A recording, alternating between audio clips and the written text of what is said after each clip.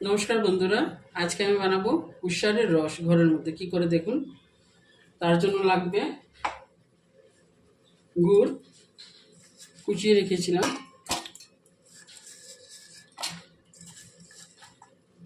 পুদিনা পাতা,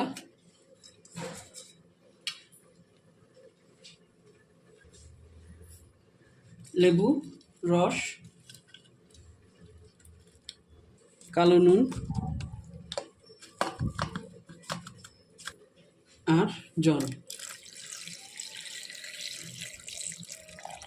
ঠান্ডা জল দিয়ে দিবেন। আর কুশার তো পাওয়া যায় না, তার জন্য কুশারের গুড় দিয়ে বানাচ্ছি।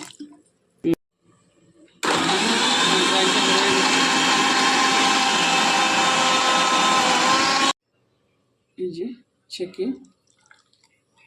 জলটা নিয়ে নেব। একটার মধ্যে বরফের কিউব দিয়েছি, আপনাদের যদি বরফ লাগে তাহলে দিবেন, না লাগলে দেবেন না। এই আরেকটার মধ্যে বরফ ছাড়াই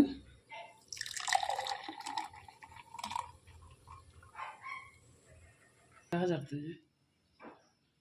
এই যে বন্ধুরা, আমার কুশারের রসটা রেডি হয়েছে। আর খেয়ে দেখবেন সত্যিই কুশারের রস মনে হয়। ভালো লাগলে লাইক করবেন। Thank you.